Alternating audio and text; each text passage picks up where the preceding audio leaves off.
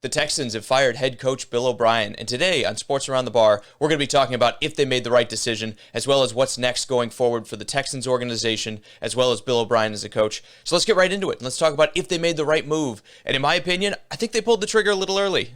Getting rid of a head coach like Bill O'Brien, who's won the division 4 out of the last 5 years in the AFC South, just seems a little disloyal to fire a guy like that after an 0-4 start. I understand there's been talk in the media about him losing the locker room, as well as some growing frustrations with some of the trades he's made as a GM. But let's talk about first where he's at as a coach, because I think when you talk about Bill O'Brien, the coach, he's done a pretty good job. I know his record doesn't jump off the page at 52-48 overall, but especially when you talk about that 2-4 playoff record.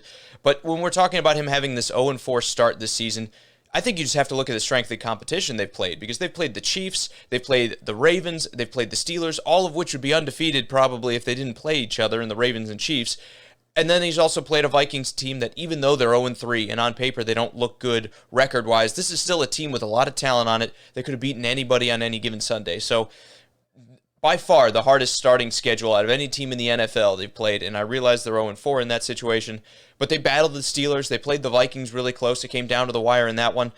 Aside from the Ravens and Chiefs, they were in both of those games. I think it's a little early to pull the trigger and fire a coach who, again, has done so much to turn your franchise around, especially considering when he took over the job 6 years ago, he took over a 2-14 franchise with Ryan Fitzpatrick as the quarterback. So the guy's done a lot for rebuilding this franchise, especially as a coach. Now, it gets a little bit shakier when we're talking about him as a GM because, I don't even need to bring up the DeAndre Hopkins trade to tell you that was a mistake. He spent a lot of picks on guys like Duke Johnson that haven't really panned out in a meaningful way for the team, and you've traded decent draft capital to get them.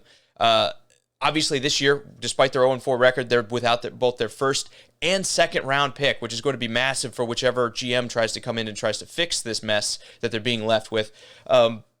So as a GM, you can say Bill O'Brien has been very, very subpar, and that's putting it politely. It's been a train wreck at GM. Now, does that deserve to have him fired? At the very least, what I would have done if I was in management for Houston is I would have tried to sit him down and said, look, Bill, we think you're a great coach. I understand things aren't great in the locker room right now, and some of our players are upset, but we can smooth that over, especially because we're talking about our best players being under contract long term. So we don't need to worry about anyone hitting the road and not re-signing with the team. We have those guys locked up. I would have sat Bill O'Brien down and said, look, we just need to bring in another executive to try to make some better deals. Obviously, that rarely goes well. Taking power away from anybody in any sort of job rarely transitions very well, especially when you talk about the tension with the new person coming in. So if he pushed back on that, I can understand the firing. But at the very least, I think they kind of owed it to him to say, look, you've done a great job as a coach, more of a questionable job as a GM. Why don't we just step you back and not force you to kind of control every aspect of the team and try to free things up and make it more of a team effort as opposed to just, this is Bill O'Brien's team, hands down. Now, obviously that didn't happen. It could have had something to do with the locker room. I mean, we saw J.J. Watt at a press conference just last week before the firing talking about things needed to change and it wasn't working. There's been rumors that Deshaun Watson has been dissatisfied, and I know he just signed that big contract. But again, you still want to keep him happy even though he is there long term. I understand that. There's just no real reason to, I think, weigh that too much, short of it just being a completely toxic environment where maybe a la Jacksonville, you're not going to get any sort of production out of these guys, and they're going to start to be kind of poisonous seeds for anyone else that you bring into the franchise going forward. I don't get that impression from Houston. I don't think they're to that point. So I don't think it was a locker room thing or just a locker room thing. I think this is a case of the Texans maybe just being a little gung-ho and not making the best decisions from an ownership standpoint.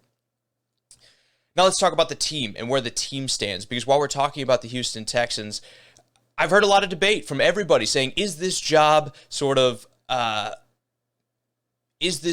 really attractive to a GM and to a new executive coming in? I've heard a lot of people say no, and I've heard some people say yes. I think it's pretty attractive still. Again, I understand that for 2021, you're going to be without your first and second round pick. I understand this team needs a lot of help on the offensive line if they're going to take the next step forward and be a perennial playoff team and maybe challenge for a Super Bowl. They also need a secondary rework, and without those first two picks, it's going to be more difficult to do that. The important thing to remember, that's just 1 year. If I'm coming in as an executive, or if I am, if I'm in charge of the Houston Texans, I would offer any sort of GM that I felt could turn this around a 4 to a 5 year deal to say, look, we understand it doesn't happen overnight, but we have Deshaun Watson locked in long term. We have some of our other pieces set in a way where we have some quality receivers with guys like Kenny Stills and Brandon Cooks that can get the job done with a quarterback like Deshaun Watson if we give him time to throw the ball. All I'm asking out of my GM is just patience, and I'm going to explain that this is going to be a rebuild. We're going to have, or at least a soft rebuild, where we're going to take multiple years to get to the point where we expect to win championships. This isn't an overnight process anymore because of the trades we've made. As far as that goes, I think any GM would be excited to have a franchise quarterback already. That's the biggest piece to any NFL team. And we're talking about coming in with one of the better, if not best, prospects coming up in Deshaun Watson. I understand he's lost to Lamar Jackson and Patrick Mahomes, but you have to admit the Texans, as a roster, are not in the same place that those teams are right now. So I think you can throw that out and say, at the very least, he can still be talked about in the same category as those guys. Outside of that, you've still got most or if not all of your picks after 2021. You have some talent on this roster, so you're very likely not going to go 2-12 or 2-4 or 2-14 or 3-13 or 4-12. You're not going to hit any of those records, so your job shouldn't be in jeopardy right away. I think this is one of the most attractive jobs in free agency when you're talking about teams like Jacksonville maybe coming open, maybe the Giants and how much they still need.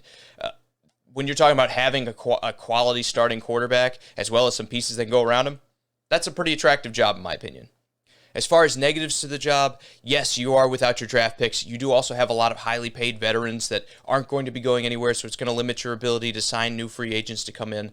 But for the most part, Houston is still a good roster right now, so you need to get creative and you need to do a good job drafting at the bottom end of the draft, and you could still have some early success with this team, in my opinion. Finally, on to Bill O'Brien.